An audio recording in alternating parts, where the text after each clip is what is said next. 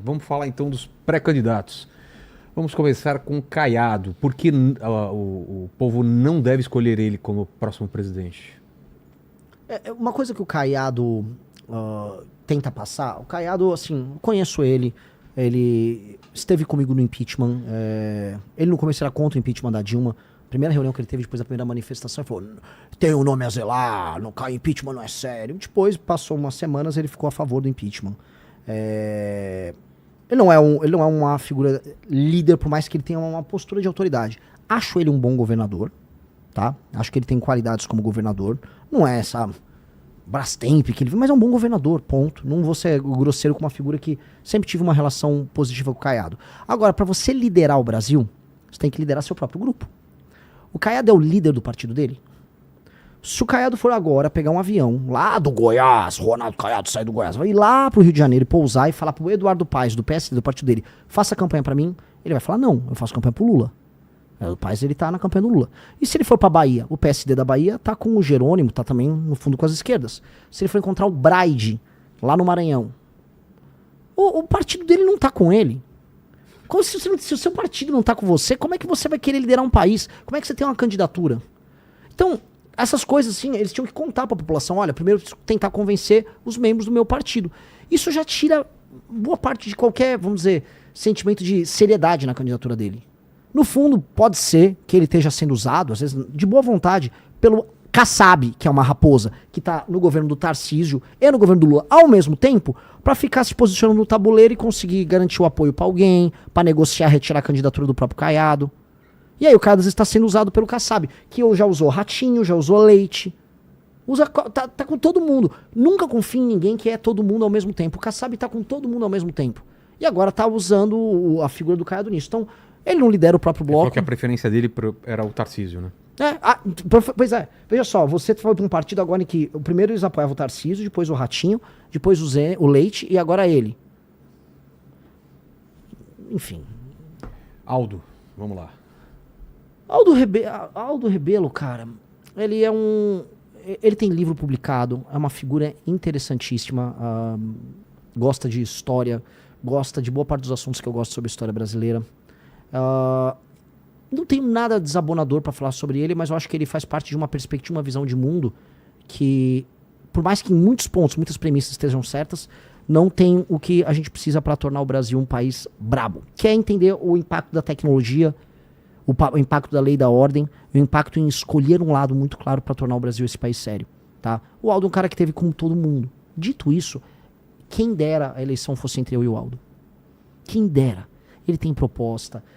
Eu li o Quinto Movimento, o livro dele. Eu confio. Quando o cara tem um livro escrito por ele, à mão, o cara é diferente. Então, meu projeto é melhor, meu grupo é maior. Eu tenho um partido que eu criei com as pessoas ao redor. Sou, portanto, um líder apto a isso. O Aldo tá num partido pequeno que estava negociando agora a saída dele, que é o Democracia Cristã. Então, sou um líder mais apto. Dito isso, gosto do Aldo. Não nego. Quem dera o debate fosse só entre eu e ele. O Danilo Gentili foi em algum momento uma opção ou era uma brincadeira de vocês? Não, nunca foi brincadeira. Eu acho o Danilo Gentili uma pessoa brilhante, inteligentíssima, uma pessoa de sucesso. Mas em que momento ele deixou de ser uma opção Eu real? acho que o Danilo tem as questões da carreira dele. Uma decisão dele, então. Lógico. Nunca brinquei sobre esse assunto. Poxa, eu volto a colocar a ideia de montar um partido político. É um negócio... Envolve o trabalho de milhares de pessoas ao redor do Brasil. São quase 1 milhão de assinatura coletada. É um trabalho muito colossal. Então, nunca brinquei sobre coisas que envolvam esse trabalho. É o trabalho da minha vida. Então, eu acho o Danilo, de verdade, um cara sensacional. Ele é um exemplo de homem público na vida pessoal, na vida profissional e nas posições políticas que ele adota. O Danilo, e isso eu avalio para todo mundo, o Danilo topa perder pelo aquilo que acredita. Avalie um homem público pelo que ele perde e não pelo que ele ganha no que ele fala. O Danilo Gentili várias vezes correu o risco de perder a posição dele no SBT, várias vezes sofreu pressões do governo A, B ou C, tentaram cancelar a carreira dele várias vezes, ele nunca moveu o pé das posições dele. Se ele topasse, era ele de presidente? Eu já tinha anunciado ele há muito tempo, pô, vem Danilo, vem Danilo, vem Danilo. Mas você iria de vice ou não ia ficar nos bastidores? Eu nunca quis ser vice, eu nunca quis ser candidato a deputado. Eu acho que para as pessoas que estão ao nosso redor, veja, eu sempre fui uma grande liderança do MBL. A cara do MBL. Mas eu tinha que me provar. O que eu me provei como líder? A montagem do partido. As pessoas falam, o Renan é especial, o Renan tem uma capacidade de executar especial depois da montagem da operação da Valete e da montagem do partido. Aí os próprios membros falam, pô, é o Renan. Ah, o Renan, né, eu me credenciei por conta dessa leitura que eu entreguei. Já tá falando na terceira pessoa. Perigo. Acabei de meter um Ronaldo Caiado. O Renan Santos! Vamos lá, é o Augusto Cury, próximo? Vamos lá. Ele, inclusive, lançou a pré-candidatura aqui no programa. A gente tomou um susto, né? Chamou ele como convidado e no meio do programa ele falou, sou pré-candidato. Soltou essa bomba na nossa mão. Soltou a bomba aqui. Eu conheço muito pouco do Augusto Cury. É um autor best-seller? Muito pouco, cara. Assim... Eu não sei, não tô de maneira nenhuma diminuindo. Tá. É que eu nunca li os livros dele, conheço pouco dele como empresário. Então passa pro próximo. Não sei as ideias do Augusto Cury. Quem é o próximo aí, diretor? Temos o Lula e o Flávio. Então, quem quiser falar primeiro, Flávio ou Lula? Pô... Ou melhor, quem você quer deixar pro final? Assim, sobre o Lula, cara, assim... Não, você vai falar do Lula. Eu vou falar do Lula, então, já coloque a foto do Lula, por que não escolhê-lo como próximo presidente? Seria o 4º mandato, certo? Eu já começaria por isso, né? Mas, veja, você quantos anos, Vilela? Eu, 55, faço 56. Tenho 42. Então, toda a nossa vida produtiva... Aí, que é isso? Deixa eu desligar. Toda a nossa vida procurando onde era isso aí. Mal aí, ó. Tem até tirado aqui, ó. Hã? Ah, esqueceu do Zema, diretor. Tá bom, ele é o próximo. Foi Lula, Zema e Flávio, pronto. Toda a nossa vida produtiva foi marcada por governos do Lula. A gente se tornou mais produtivo, a gente investiu nas nossas carreiras, a gente tomou as decisões como homens maiores de idade em um país governado basicamente por ele ou pela sucessora dele, pela Dilma. Eles venceram praticamente tudo de 2002 pra cá. E o Brasil não se tornou um país melhor. A gente viu o problema da violência aumentar. A gente viu o Brasil entrar num voo de galinha e cair. A gente viu os maiores escândalos de corrupção da nossa história se sucederem. A gente viu a gente se alinhar a um bloco internacional de nações que cometem os crimes dos mais diversos. A gente financiou a ditadura na Venezuela, a gente financiou a ditadura na África. A gente viu o início de discussões no Brasil sobre ódios interregionais. A gente viu o PT dividir o Brasil. A divisão que a gente tem no Brasil, falando, é o direito civil. Mentira, quem dividiu como política foi o PT. Foi a estratégia que o João Santana adotou com o Lula, após o Lula ter o Bolsa Família, que aí ele ficou realmente hegemônico no Nordeste. O Lula ganhou em 2002 com um voto bem distribuído por toda a nação. Tinha voto no Sul, daí ele ganhou em São Paulo em 2002. Entendeu? Então, o PT, naquela época, fez essa escolha, ele dividiu o Brasil em dois. Então, o Lula fez tudo isso. O Brasil não se tornou um país grande. O Brasil se tornou um país que ganhou o apelido de anão diplomático. O Brasil perdeu todas as grandes oportunidades de se tornar uma das grandes nações da história. Se o Brasil tivesse feito as reformas de competitividade que a gente está falando em fazer, que eu comentei hoje num programa, durante o governo Lula nos anos 2000, o Brasil teria estourado, deslanchado. Se previdência, reforma administrativa, se reforma trabalhista, se, vamos dizer, o cuidado com a questão fiscal permitindo que os juros ficassem baixos, tudo isso acontecesse naquela época, o Brasil tinha infraestrutura, empresas se instalavam aqui, tinha complexidade, o mundo era outro. Não foi isso que aconteceu. O Lula vendeu a janta para pagar o almoço, ou seja, ele vendeu o nosso futuro para ele poder comprar os carguinhos dele, ganhar as eleições dele e a sucessora dele, a Dilma. Portanto, o Lula é o grande câncer da nossa geração. O Lula tem que deixar de existir do ponto de vista político. A memória política do Lula tem que ser esquecida. O Lula foi o grande desperdício geracional nosso. E o Lula também representa uma geração, os sonhos da geração dos anos 60, 70 no Brasil, meio de esquerda e tal, que não larga o nosso pé. Não larga, parece que a gente tem que viver o tempo todo o sonho daquela pessoa que assistiu o filme Ainda Estou Aqui, as brigas da ditadura militar, aquelas categorias de pensamento idiotas. O Lula tem que sumir, vai dar pombo pro milho, Lula. Vai cuidar da Janja. Já deu, o governo dele cansou. Ele mesmo tá cansado. Todo mundo percebe que o Lula já não consegue raciocinar direito. Ele tá cansado, ele tá sem energia. Esse homem sem energia, deprimido, cansado, que já não nem sabe qual é o projeto dele do Brasil, tanto que qual é a proposta dele?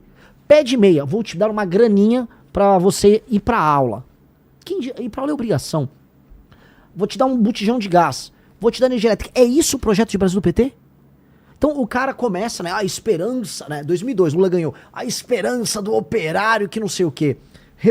Acelera a fita, chegamos em 2026, eu vou te dar um botijão de gás.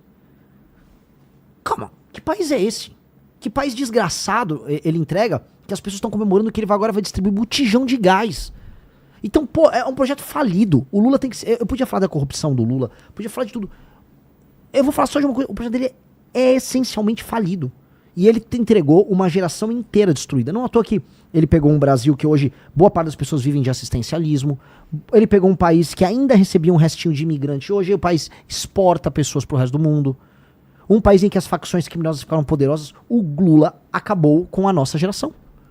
É isso. A nossa geração no Brasil é uma geração que será para sempre marcada por ter sido a geração que foi destruída pelo Lula. Tem chance dele desistir? Se a direita estiver muito à frente, Tem. você acha que ele corre o risco de perder e fala, putz, eu não vou Tem. terminar minha biografia assim? Tem. E aí Mas ele não criou um sucessor, e aí? Mas aí, cara, ele bota no segundo turno, talvez, um Haddad ou um Camilo, talvez. Porque eu acho assim, pra quem rodou no Ceará, Maranhão, saiu até pesquisa Metrópolis que eu tava roubando o voto deles no Nordeste. Essa é a matéria do Metrópolis, desculpa. Os filhos do eleitor do Lula no Nordeste não gostam do Lula. Os filhos do eleitor do Lula no Nordeste querem uma vida que vá além do vou receber uma bolsa, e o prefeito da cidade vai fazer um negocinho aqui e o Lula gosta da gente. As pessoas querem mais do que isso. E o Lula não tá entregando um horizonte disso. O que o Lula tá visando pra essa pessoa mais pobre, vamos supor, um rapaz que é entregador em Sobral, lá no Ceará. O Lula tá avisando, eu vou te dar um botijão. Mas eu não quero botijão, eu quero uma vida. Eu quero uma vida legal, eu quero comprar coisa, eu quero montar meu negócio. Não, eu vou te dar um botijão e ainda vou cobrar um imposto de você. Esse cara já não quer mais Lula. Vamos para o Zema, então. Por que não escolher o Zema como próximo presidente? Como eu te disse, é muito parecido com o Caiado no sentido de que ele não tem nenhum partido que de fato endossa ele. A maior parte dos candidatos a deputado do Novo ficam divulgando o Flávio. Você acha que corre o risco dele ser o vice do Flávio? É o que ele ficou tentando. Quem quer ser... Cara, quem quer ser presidente tem que pegar uma baita de uma bucha. Uma bucha gigantesca. Quero ser vice do Flávio. Pô, assim, lidere teu time, seja o líder inspirador que vai pegar então o Partido Novo e pegue todos os seus pré-candidatos ao governo e faça endossar publicamente. E comece a entender que assim, você não é a alternativa 2 ao Flávio. Todos nós, eu, Zema, Caiado, teremos que arrancar a voto do Flávio, que são as pessoas que são conservadoras, que foram enganadas por anos pela família Bolsonaro. E aí ele fica falando em ser vice? Vice? Por que adianta denunciar o STF se o cara que faz o acordo com o STF pra beneficiar o Banco Master, que é o Flávio, é tratado por ele como um cara normal? Não dá, cara. Não dá. Isso não dá. E assim, agora tirando isso, pelo menos ele é um cara que teve coragem lá de falar dos caras do STF. Isso conta. Isso conta. Gostaria de... Já falei o Zema, Caiado, já falei em outras entrevistas. Poderia compor um grupo com a gente lá numa gestão minha? Entendi. De forma clara. Por mais que eu não concorde com a postura... E acho que quando eu tive com o MBL sozinho apontando os erros do governo Bolsonaro, eles não tiveram coragem de apontar. Não tiveram. Pô, quando o Bolsonaro destruiu a Lava Jato e permitiu que o Lula fosse solto, a gente apanhou sozinho. Por mais tudo isso, não acho que é uma pessoa do mal. Mesmo, de maneira alguma. E finalizando, Flávio Bolsonaro. Por que não escolhê-lo? Eu já falei pra muita gente. O Lula, se a gente fosse fazer uma leitura, quase bíblica da coisa. O Lula é o nosso capeta e o Flávio é o nosso Judas. O Flávio é o nosso Judas, o Lula é o nosso capeta. Assim mesmo? Capeta e Judas? Se você fizer uma leitura muito simples. Mas o Lula é o nosso inimigo natural. É o você cara que não é Jesus, não, né? Graças a Deus não. Nem posso. Pelo amor de Deus. Eu sou apenas um homem olhando ali, né, a traição da causa e o inimigo direto. Tentando E se organizando para não ser refém do traidor. O Flávio é, por excelência, o traidor. O Flávio é um cara que, enquanto eu tava lutando pelo impeachment da Dilma Rousseff, ele tava ganhando dinheiro lá com a Copenhagen, né? Ele tava fazendo as coisas que ele fazia no gabinete dele, que a gente sabe que é, porque ele mandou parar a operação. Primeiro, ele anulou as provas do COAF, obtendo uma decisão com o Dias Toffoli. Vai ver se o Flávio fala mal do Dias Toffoli. E depois... praticamente obtendo um foro especial para cuidar do caso dele, que era um caso que envolvia alergia, ou seja, se livrando com a ajuda do STF, com uma decisão do Gilmar Mendes. Vai ver se ele fala mal do Gilmar Mendes. O Gilmar Mendes, que teve o irmão dele apoiado pelo pai dele, o Jair, quando concorreu para prefeito no Mato Grosso. Aí, ajuda a destruir a Operação Lava Jato através da CPI, do enterro da CPI da Lava Toga. Apoia a maior parte das nomeações dos ministros do STF ligados ao petismo agora. O primeiro foi o Zanin.